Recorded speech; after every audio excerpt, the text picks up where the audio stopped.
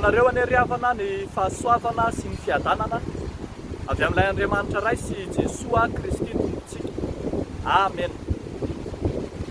Manana fanantenana ny amin'ny hoavy. Manana fanantenana ny amin'ny hoavy.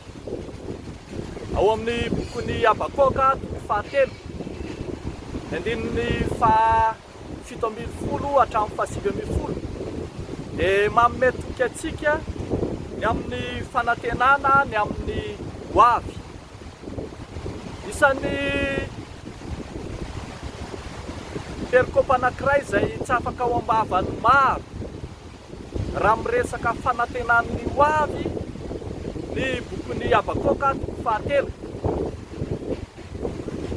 Tena natao hira mihitsy ary hira fanantenana no asongadin'ny Habakoka fahatelo io. Eto ary dia mampianatra antsika zavatra roa lafy ity mofinaina ity: ny andaniny ny ananana fanantenana ny amin'ny fanasan'ny tompo, ary ny ankilany ny hifaliana sy ravoravona ny amin'izany fanasan'ny tompo izany. Mitondra fanantenana ao antsika ny fanasan'ny tompo, na dia averimerintsika isam-bola na isaky ny matetika aza ny fandraisana ny fanasan'ny tompo, dia tsy ho foana ny fanantenantsika fa mbola ho avy ny andro izay iainantsika amin'ny fahatanterahana amin'ny tena izy, izany fifalim-ben'ny lanitra izany dia ny fifaliana ao amin'Andriamanitra. Ny fanasan'ny tompo atrehantsika ankehitriny mantsy dia fisantarana fotsiny ihany ny fiainan-danitra rahatrizay, fa mino isika, manantena isika fa mbola iaina ny fahatanterahana rahatrizay ao amin'Andriamanitra. Ka na dia efa tsy ino intsony aza izao tontolo izao, eny ny ambaran'ny mofinaina eto ary dia ny hoe na dia tsy mamotsina aza ny aviavy, na dia tsy misy vony aza ny voaloboka, na mandrisy fanantenana aza ny oliva sy ny sisa, ny mino kosa izay miatrika amin'ny fanasana masina dia manana fanantenana mandrakizay. Na dia handrisy fanantenana aza ny olombelona, Andriamanitra tsy mandrisy fanantenana mandrakizay, fa efa nampanantenantsika ny fiainan-danitra izy, dia ho avy amintsika izany, ho tonga amintsika amin'ny fahatanterahana izany fiainan-danitra izany. Fa etsy ankilan'izay dia mampibanjina antsika ny fifaliana maritra, ny fifalian'ny lanitra maritra mandrakizay ity mofinaina ity. Hoy ny voalaza hoe nefa mbola hifaly amin'ny Jehova ihany aho, manantena ny mpaminany izay mpaminany Habakoka, fa rehefa tonga ny famonjen'Andriamanitra dia ho tonga amin'ny fanatanterahana, dia ho feno ny fifalian'ny mpanompon'Andriamanitra.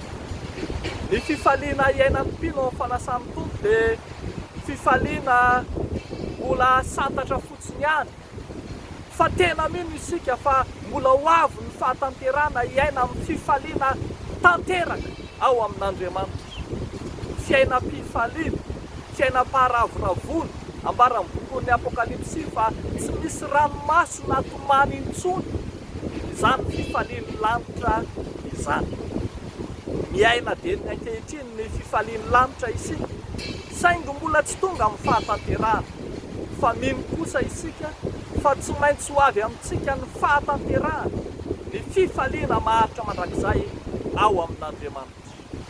Riavako malala ao amin'ny tompo, arak'izany marina fa mahatsiaro isika ao amin'ny fanasan'ny tompo ny fijalian'ny tompo, fa tokony hahatsiaro koa isika ny fifaliana lehibe izay ananan'ny mpino, ny fifaliana maharitra ao amin'Andriamanitra izay ananantsika tsiraray avy.